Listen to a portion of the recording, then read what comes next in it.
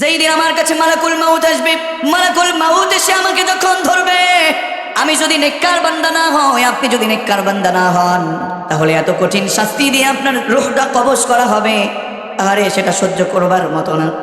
Shaddad বিন আওস বলেন, হে দুনিয়ার মানুষ, যারা বদকার, যারা মিথ্যা কথা বলে, হারাম কাজ করে, জাহান্নামী লোক যারা, তাদের জান কবজ করতে মালাকুল মাউত জাহান্নামী ফেরেশতাদেরকে কিছু দল নিয়ে আসবেন, পচা দুর্গন্ধযুক্ত কাফনের কাপড় নিয়ে আসবেন। আল্লাহু আকবার।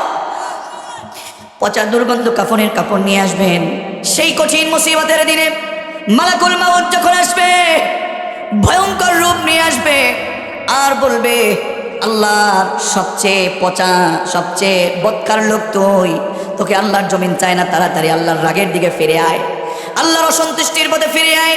সেই মৃত্যুর যন্ত্রণা এত কঠিন হবে, মৃত্যুর যন্ত্রণায় এত বেশি যন্ত্রণা। শাদ্দাদ বিন আওস বলেন, একটা জীবিত মানুষকে সরাসরি তার গা থেকে চামড়া খুলে ফেললে যতটা না কষ্ট, একটা বদকার লোকের জান কবজ করতে তার চেয়েও বেশি কষ্ট পড়েন না। আউযু বিল্লাহ।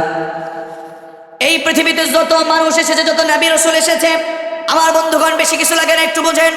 এই পৃথিবীতে যত নবী এসেছে, যত রাসূল এসেছে, একজন নবী কেবলমাত্র শখের মৃত্যু গ্রহণ করেছে।